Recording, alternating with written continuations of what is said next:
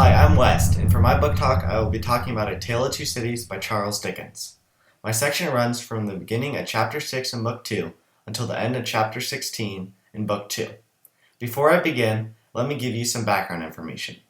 This classic is set during the French Revolution and revolves around two men, English lawyer Sidney Carton and French aristocrat Charles Darnay, who share similar looks and a love for the same girl, Lucy Manette.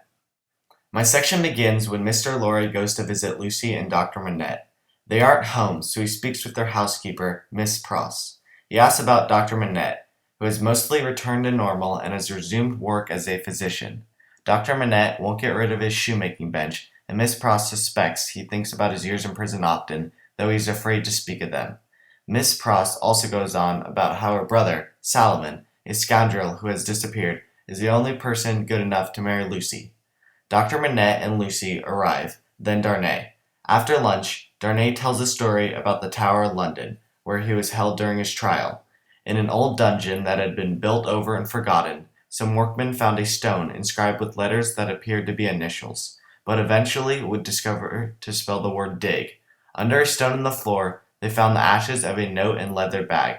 This story causes Dr. Manette obvious distress, but he says it's nothing.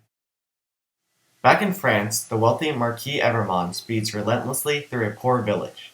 He hits and kills a small boy, and his only reaction is to toss a gold coin at the boy's grieving father. Monsieur and Madame Defarge are there.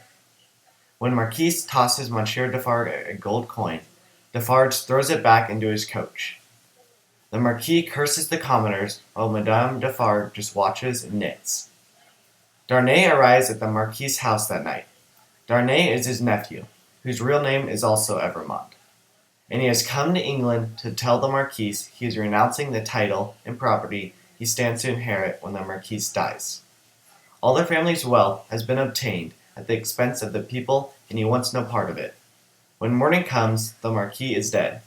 He has been stabbed through the heart. The note left reads, "Drive him fast to his tomb." This from John. A year passes. Darnay is living in London as a French tutor, and one day he goes to Dr. Manette and reveals that he is in love with Lucy. Darnay also confesses that Darnay isn't his real name, but Manette stops him before he says any more. Mr. Stryver and Sidney Carton also talk about Lucy. Stryver says he intends to marry her, and Carton seems uneasy about it, though he doesn't admit it's because he is in love with Lucy. On his way to propose, Mr. Stryver stops to ask Mr. Lorry's opinion. Mr. Lorry convinces Stryver to wait until he has spoken to the Manettes and is sure Lucy will accept. That evening, Mr. Lorry tells Stryver she would have turned him down. Stryver replies angrily that it's best for him anyway. Sidney Carton then goes to speak to Lucy. He tells her he's worthless. He loves her, and she inspired in him a dream of being a better man. He knows it won't happen, but he wanted to tell her and asked that she never tell anyone.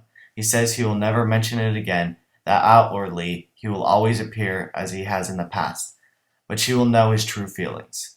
Before Carton leaves, he says he would sacrifice everything for Lucy. While Jerry Cruncher and his son, young Jerry, wait for work in front of Tellson's Bank, a funeral passes by. It's a rowdy crowd, and someone tells Cruncher the funeral is for Roger Clive, who is convicted of spying against England. Clive is one of the men who testified against Darnay. That night, Cruncher goes to the graveyard where Clive is buried.